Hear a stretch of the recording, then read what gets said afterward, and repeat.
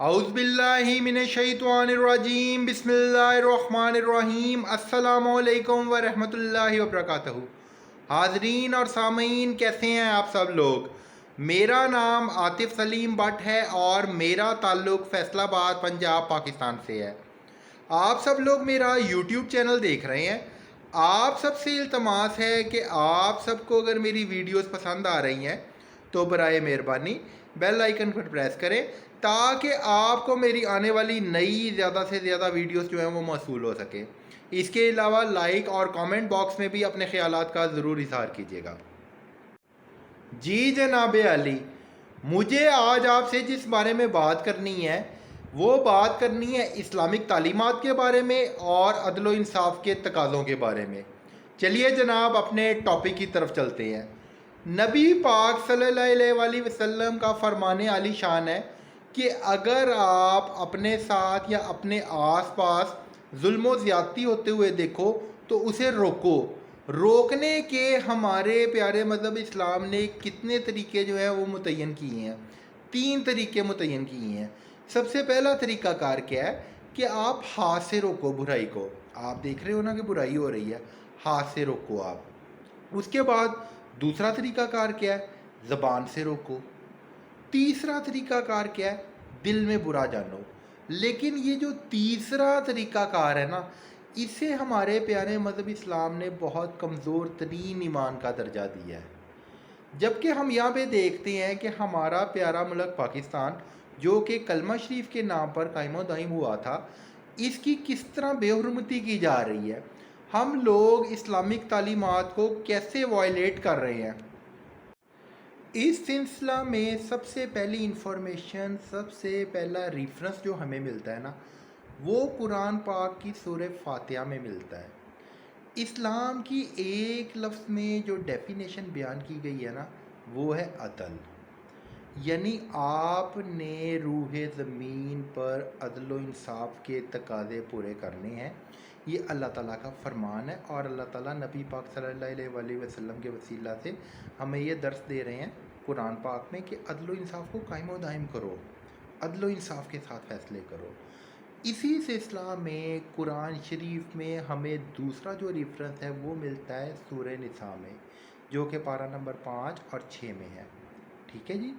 اسی سلسلہ میں تیسرا جو ہمیں لیسن ہے اور ریفرنس ہے وہ ہمیں ملتا ہے سورہ محمد۔ وہاں سے ہمیں عدل و انصاف کے بارے میں پتہ چلتا ہے۔ اس کے علاوہ نمبر 4 ریفرنس جو ہے وہ ہمیں ملتا ہے سورہ انعام سے۔ اور اس طرح کے بہت سارے ریفرنسز جو ہیں نا وہ قرآن شریف میں کوٹ کیے گئے ہیں۔ تو یہ ساری چیزیں کس چیز کے متعلق ہیں؟ یہ انصاف کی فراہمی کے متعلق ہے۔ ٹھیک ہے جی۔ اچھا جی، ان چیزوں کی بنیاد پر جیسا کہ میں نے آپ سے عرض کیا تھا کہ ہمارا پیارا ملک پاکستان جو ہے وہ کلمہ شریف کے نام پر قائم ہوا تھا۔ ایک کانسٹیٹیوشن جو ہے وہ وجود میں آتا ہے۔ اس کانسٹیٹیوشن کو کیا کہا جاتا ہے؟ Constitution of Islamic republic of Pakistan 1973۔ وہ کس چیز کی بنیاد پر وجود میں آیا ہے؟ قرآن پاک سے جو چیزیں ٹرانسلیٹ کی ہیں نا، اسے انہوں نے نام دے دیا آرٹیکلز کا۔ سمپل از دیٹ کہ اس کی ڈویژن کر دی ہے یار ان لوگوں نے، آسانی کے لیے کلاسیفیکیشن کر دی ہے، سیگمنٹیشن کر دی ہے۔ ٹھیک ہے جی۔ ہمارے ہاں بدقسمتی سے جو کرپشن ہے نا وہ بہت زیادہ عروج پر ہے۔ قرآن شریف میں اللہ تعالیٰ واضح طور پر ارشاد فرماتے ہیں کہ رشوت لینے والا اور دینے والا دونوں دوزخی ہیں، جہنمی ہیں۔ ٹھیک ہے۔ اس معاشرے میں عدل و انصاف کی فراہمی رک جاتی ہے جہاں پہ نا کرپشن جو ہے وہ بہت زیادہ ہائر ایٹ اسکائی لیول پہ ہو، جیسا کہ ہمارے ہاں ہے۔ اس کی وجوہات کیا ہیں؟ اس کی وجہ یہ ہے کہ پنشمنٹ نہیں ہے، کلچر نہیں ہے، ایویلیویشن نہیں ہے، میکانزم نہیں ہے۔ اگر تھوڑا بہت میکانزم ہے بھی تو امپلیمنٹیشن نہیں ہے، عمل درآمد نہیں ہو رہا اس کے اوپر، امپلیکیشن نہیں ہے۔ آج میرا دل کر رہا تھا کہ میں آپ سب کے ساتھ نا پیار محبت کی بہت ساری باتیں شیئر کروں۔ آپ سب لوگ میری فیملی ہیں اور مجھے فیملی اور دوستوں کے ساتھ باتیں شیئر کرنا بہت زیادہ پسند ہے۔ دیکھیں ہم لوگ یہاں پہ ہیں نا، تو ہم لوگ کیوں ہیں؟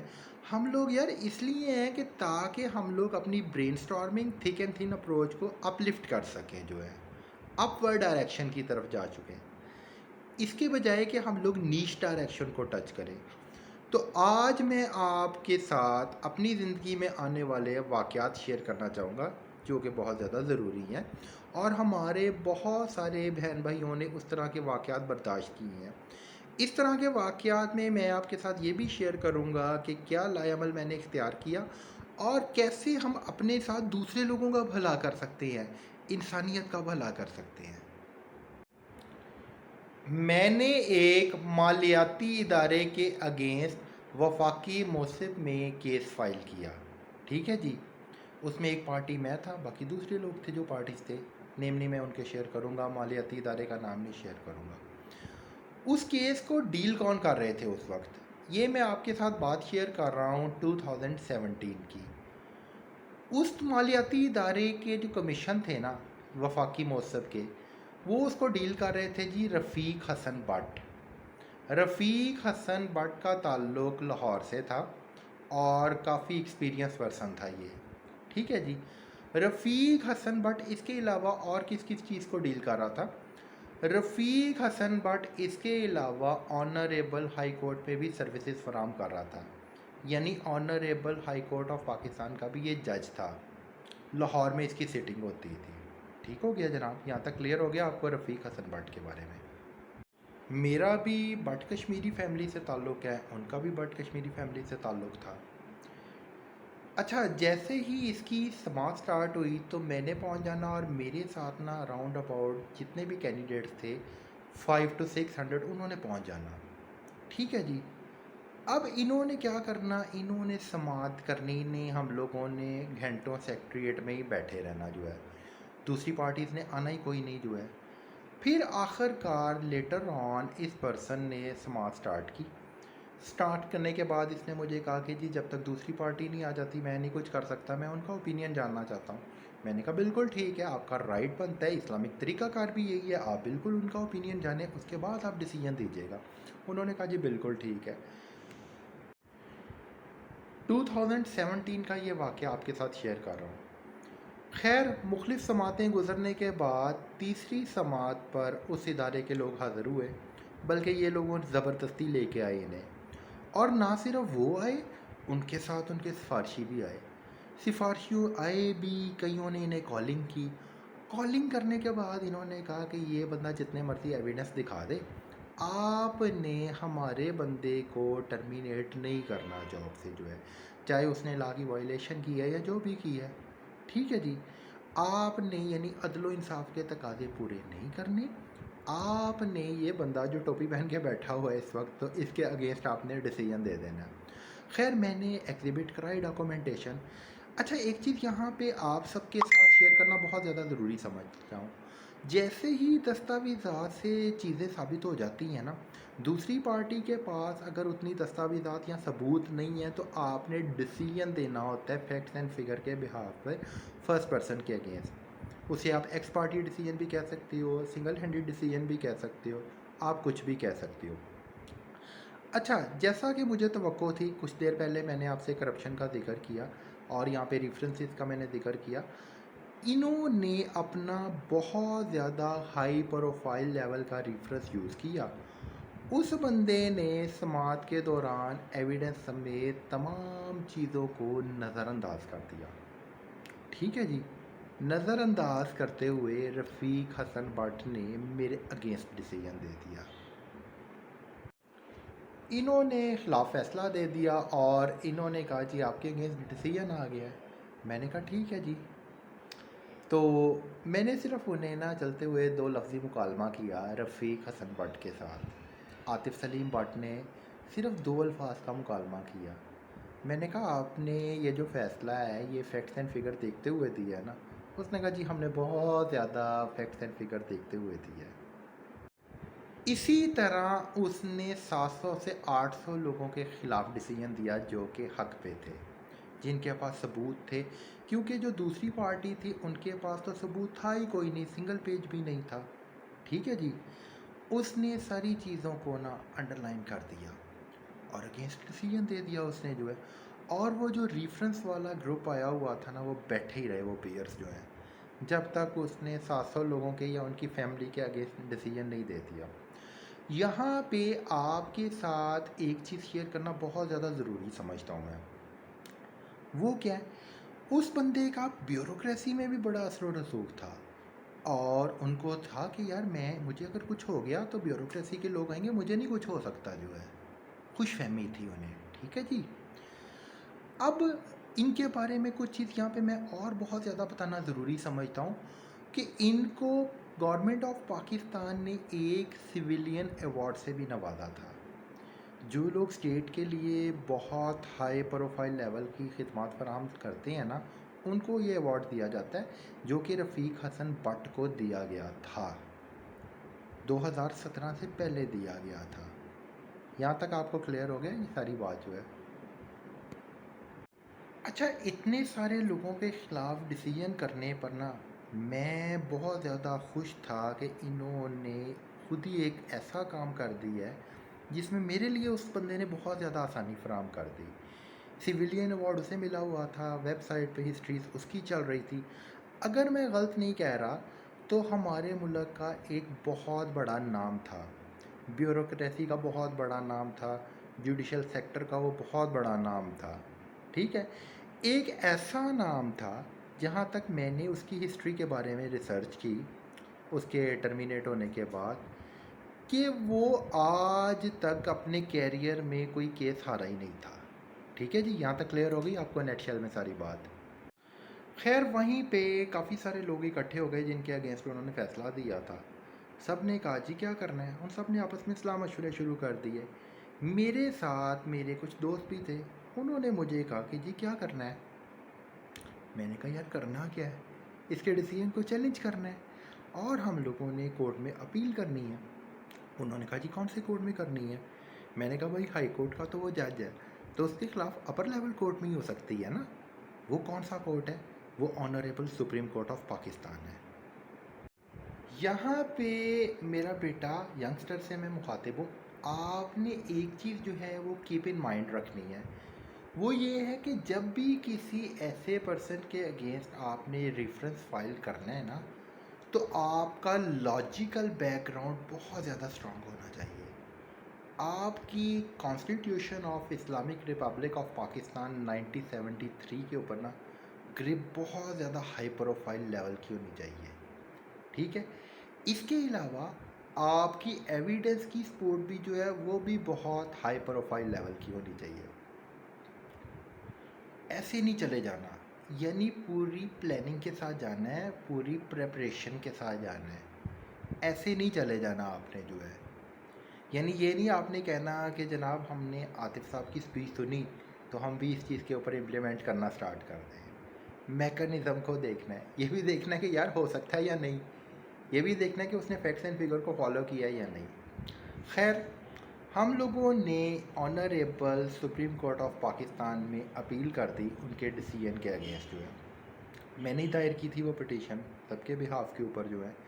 اس میں ہم کچھ پالیسیز بنوانا چاہ رہے تھے کہ جتنے امپلائیز ہیں، یعنی 10-20 لاکھ جو ہے، جتنے اس پروفیشن میں جاب کر رہے ہیں، سب کو پروٹیکشن مل سکے جو ہے.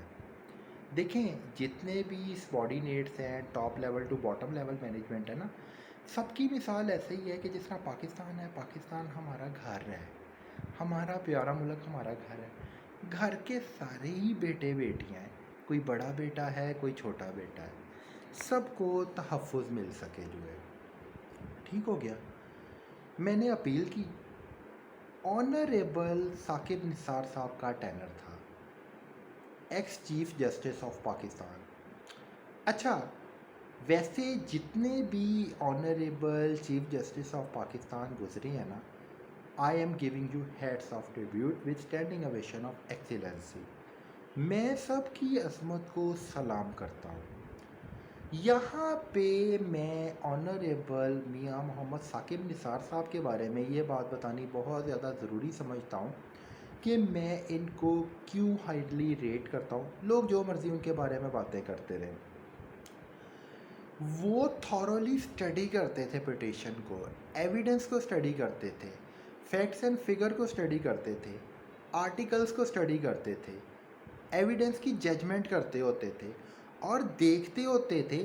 یہ نہیں کہ وہ 6 منتھ لگا دیتے تھے, 1 ایئرس یا 2 ایئرس کا ٹائم اسپین لیتے تھے. نہیں, فوری طور پہ انہوں نے ججمنٹ کر لینی ہے کہ اس کا کیا ڈیسیجن بنتا ہے, کیا ڈیسیجن آنا چاہیے. آیا میں نے جو ڈیسیجن دینا ہے دوسری پارٹی کو چانس دینے کی ضرورت ہے یا نہیں ہے, یا ایکس پارٹی ڈیسیجن ہو جانا ہے, ایویڈنس ہی اتنے اسٹرانگ ہے. ٹھیک ہے جی. اس کیس میں بھی کچھ ایسا ہی ہوا. آنریبل ثاقب نثار صاحب نے ایویلیوشن سٹارٹ کی ساری چیزوں کی. رفیق حسن بٹ کو انہوں نے انٹیمیشن دی کہ جناب آپ آئیں, آپ نے ایک ڈیسیجن لکھا تھا, آپ نے اس بندے نے مینشن کیا ہے کہ جی فلاں فلاں آرٹیکل کی وائلیشن کی ہے.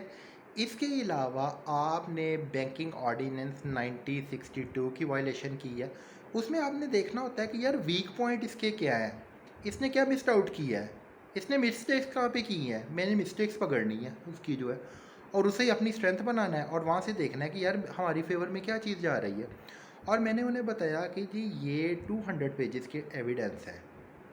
تو انہوں نے کس چیز کے بیس کے اوپر دیا, انہیں بھی کہیں شاید ہو سکتا ہے ان کے پاس 250 پلس ایویڈنس ہو یا اس سے زیادہ ہوں. اچھا, یہاں پہ آپ لوگوں نے ایک چیز ذہن میں رکھنی ہے کہ جیسا کہ کچھ دیر پہلے میں نے آپ سے عرض کی کہ آنریبل ثاقب نثار صاحب جو ہے نا وہ بہت تھورولی ریڈ کرتے تھے اور ٹائم سپین نہیں زیادہ لیتے تھے کیسز کا. تو اس میں آپ نے یہ دیکھنا ہے کہ یار جب میں ایک بندے کو نوٹس ایشو کر دیا ہے تو جو پٹیشنر ہے میں نے اسے honourable supreme court of Pakistan میں انوائٹ کرنا ہے یا نہیں کرنا, فردر ہیئرنگ کے لیے, آرگومنٹ کے لیے, پریلیمنری ڈسکشن کے لیے اور ایڈوانس آرگومنٹ کے لیے. اگر تو آپ کے ایویڈنس نہیں ہے اور آپ نے پٹیشن کو بہت تھورولی اسٹرانگ کیا ہے, اور جو سیکنڈ پرسن ہے یعنی جو پٹیشنر ہے اس کے ایویڈنس جو ہے وہ ٹو مچ اسٹرانگ ہے, تو اس بارے میں honourable supreme court of Pakistan کیا کہتے ہیں کہ اس بندے کو آپ نے پریلیمنری ڈسکشن اور ایڈوانس آرگومنٹ کے لیے طلب نہیں کرنا. ایویڈنس کی مطلب بیس پر اس کے حق میں ڈیسیجن دے دینا ہے آپ نے جو ہے. ایویڈنس ہی اتنے اسٹرانگ ہے, اسے طلب ہی نہیں کرنا, اس سے فردر کوئی ڈیبیٹ کوئی بحث کرنی نہیں, کیونکہ اس نے ایویڈنس ساتھ اٹیچ کر دیے ہیں. ایویڈنس تائید کر رہے ہیں اس بات کی جو ہے کہ یہ بندہ جو کہہ رہا ہے وہ سچ کہہ رہا ہے. اس کیس میں بھی ایسا ہوا. رفیق حسن بٹ گئے ہیں وہاں پہ, انہوں نے کہا کہ جی بتائیں آپ نے کیا کیا, یہ پینل بیٹھا ہوا تھا پورا, یہ ڈیسیجن جو آپ نے دیا اتنے پرسنس کے اگینسٹ کیسے دیا ہے. اس کو وہاں پہ سنگل آنسر نہیں آیا. وہاں پہ ہیئرنگ چل رہی ہے, کہاں کی ہیئرنگ چل رہی ہے, honourable supreme court of Pakistan کی ہیئرنگ چل رہی ہے, سنگل آنسر نہیں آیا. پھر اس کے بعد سیکنڈ کویسچن کیا ہے honourable chief justice of Pakistan نے. چلے انہوں نے کہا جی ہم تمام فیکٹس اینڈ فگر کو نگلیکٹ کر دیتے ہیں, آپ یہ بتائیں آپ کے پاس جو ڈاکومنٹڈ ایویڈنس فائل ہے وہ 200 پیجز سے پلس ہے, بلو ہے, یا کتنے ایویڈنس ہیں, کتنے ایویڈنس آپ ریکارڈ کروا رہے ہیں. تو اس کے پاس تو سنگل ایویڈنس بھی نہیں تھا. اب وہ وہاں پہ کیا کہتا ہے کہ جی مجھے کالنگ آتی رہی ہے, میں نے ریفرنس کی بیس پہ چھوڑ دی ہیں, فلاں فلاں بندہ میرا دوست تھا, میرے تعلق والا تھا, میں نے اس کی پھنس گیا, غلط ججمنٹ کر کے پھنس گیا, جبکہ ریٹائرمنٹ میں بھی تھوڑا ہی ٹائم سپین رہتا تھا. ٹھیک ہو گیا. Honourable chief justice of Pakistan نے اس پٹیشن کے بہاف کے اوپر اسے ٹرمینیٹ کر دیا. ٹھیک ہے جناب, یعنی نہ ہی وہ بندہ جج رہا, نہ ہی وہ بندہ پارٹ رہا امبڈسمین آفس کا. اس کے علاوہ لیٹر آن اسے بیوروکریسی نے بھی فارغ کر دیا. بیوروکریسی نے کہا نہیں یار آپ تو ایک کلپریٹ پرسن ہو. یعنی جن لوگوں سے اسے امید تھی کہ یار اگر مجھے کچھ ہو گیا تو یہ لوگ آگے آئیں گے, مجھے بتائیں گے, میرا تو بہت زیادہ ریفرنس ہے, یار یہ لوگ اتنی دیر ہی بس آپ کے ساتھ ہیں جب تک آپ پاور میں ہو. آپ کے اوپر کوئی بھی چیز پروو ہو گئی تو ان میں سے کسی نے آگے نہیں آنا. انہوں نے بتاؤں کیا کہنا ہے, انہوں نے تو کہنا ہے یہ کلپریٹ پرسن ہے, اس نے گریٹیفیکیشن کی ہے، صحیح کیا، جس نے بھی ڈیسیجن لیا صحیح لیا، فری کر رہے ہیں اسے جاب سے جو ہے. نہ انہیں گریجوٹی ملی، نہ انہیں پروویڈنٹ فنڈ ملا، اور اس کا کم از کم 3 سے 4 سال ایگزٹ کنٹرول لسٹ میں بھی نام رہا ہے اس سی ایل میں جو ہے، کہ یعنی وہ کنٹری چھوڑ کے باہر نہیں جا سکتا تھا. اس کے علاوہ جو سویلین ایوارڈ تھا وہ بھی ریورس ہوا. انہوں نے کہا جی یہ تو کوئی خدمات نہیں ہے. یعنی ایک ایسا بندہ جو اتنے اعزازات کا مالک تھا، زیرو پہ پہنچ گیا. انٹرنیٹ پہ بھی اس پرسن کی ہسٹری جو تھی انہوں نے ریموو کر دی. جب یہ کیس لانچ کیا اور ہماری تاریخ نہیں مقرر ہوئی تھی، ان کو بھی نہیں طلب کیا تھا انہوں نے، رفیق حسن بٹ کو، تو اس وقت جنرل پرسیپشن کیا تھا ان کے کولیگس کا، ان کے دوستوں کا، بیوروکریسی کے لیول کے لوگوں کا، کہ جناب کون ہے جی؟ فیصل آباد کے نا مڈل ایج کے پرسنز ہیں، اور ان میں جو سر فہرست ہے جی وہ فلاں فلاں بندہ ہے، تو وہ جذباتی ہوا ہے، وہ ایموشنل ہوا ہے. تو اس نے رفیق حسن بٹ صاحب کے انگیسٹ یہ ریفرنس فائل کیا. تو وہ تو اتنا ویل نون نیم ہے، اس سے پہلے وہ لوگ وکالت کرتے رہے ہیں، آج تک کوئی کیس نہیں ہارے. تو رفیق حسن بٹ صاحب نے تو یہ معاملہ ایسے ہی حل کر دینا ہے، اس کو تو انہوں نے ویسے ہی ہرا دینا ہے. ٹھیک ہے. جیسے ہی یہ ڈیسیجن آیا، ان لوگوں نے اپنا پورا پینل بٹھایا کہ جی پڑھیں اس کو. انہوں نے کہا کہ جناب یہ اتنی پرفیکشن سے ثابت ہوا ڈیسیجن ہے کہ اس میں آپ کسی اپیل کے اگینسٹ بھی نہیں جا سکے. آج بھی وہ بندہ گھر بیٹھے اپنی لائف گزار رہا ہے. تو یہ ساری چیزیں جو ہیں یار یہ کیوں ممکن ہوئی؟ اسلام میں جدوجہد کرنے کا درس ہے، ہمیں فائٹ کرنے کا درس ہے. قرآن شریف میں جو ہے کہ ہمت کی، میں نے ہمت کی، باقی سب کو بھی میں نے ترغیب دی کہ نہیں یار لڑو، فائٹ کرو. یہ بھی ایک قسم ہے فائٹ کی، اور انشاءاللہ ہم ون کریں گے. اور اللہ تعالیٰ نے نبی پاک صلی اللہ علیہ وسلم کے وسیلہ سے ہمیں کامیابی دی. مثال دیتا ہوں آپ سب کو، اگر میں اس سٹیج کے اوپر یہ کیس ہار بھی جاتا تو میری تو کوئی ریپوٹیشن تھی نہیں، مجھے تو کوئی جانتا ہی نہیں تھا. پھر جیسے یہ کیس ون کیا، پھر سب نے پوچھا جی یہ کس نے ون کیا؟ انہوں نے کہا یار فلاں فلاں بندہ ہے فیصل آباد کا، اس نے یہ کیس ون کیا. تو امید ہے کہ میری آج کی جو لائف سٹوری ہے پارٹ 1 کو آپ نے بہت زیادہ انجوائے کیا ہوگا. یہ سلسلہ وار ایک سلسلہ کار ہے. باقی کل میں آپ کے ساتھ اور بہت زیادہ اہم پہلو شیئر کروں گا اپنی لائف کے. جزاک اللہ خیر. آپ سب کی دعائیں میری زندگی کا بہت اہم حصہ ہیں. مجھے بھی اپنی دعاؤں میں یاد رکھیے گا. اللہ نگہبان.